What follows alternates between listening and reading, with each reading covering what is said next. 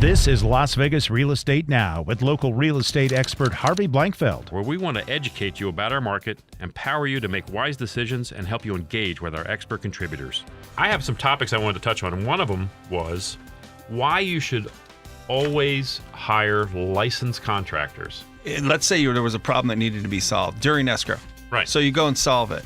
If you hire a licensed contractor and they screw it up, which can happen. Yep. You can then state, look, I did not know that, and I went and hired a licensed contractor, and they may or may not have done something you don't like. So typically what happens is the buyer, for example, what I deal with, the buyer's not happy, but really the contractor didn't do anything wrong. Right. But they're not happy. Mm-hmm.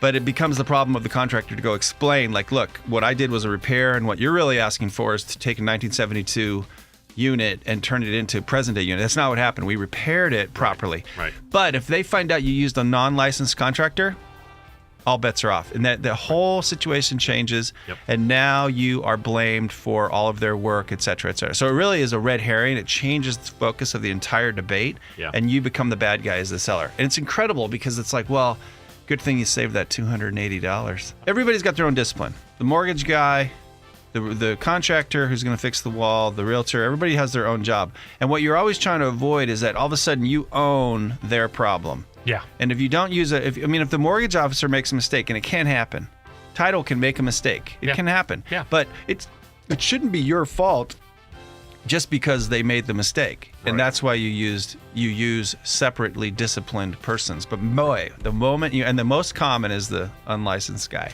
Yeah. It's very common. Entirely too common. When I'm with a buyer, when we write that document out, the request for repairs, there's a form that we use in GLVAR. It's called a request for repairs. And in there, in the fine print, it says by a licensed contractor.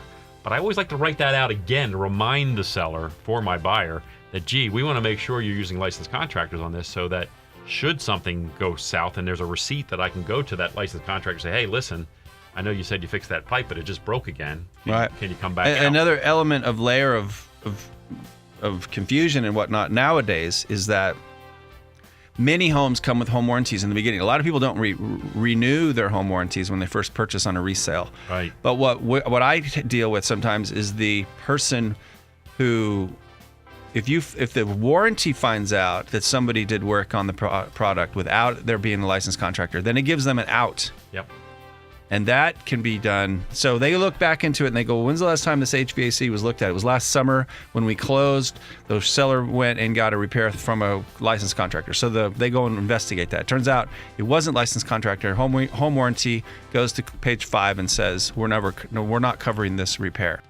This has been Las Vegas Real Estate Now. Thanks for listening. And remember to tune in every Tuesday morning at 9 a.m. on 101.5 FM, 720 a.m. KDAWN.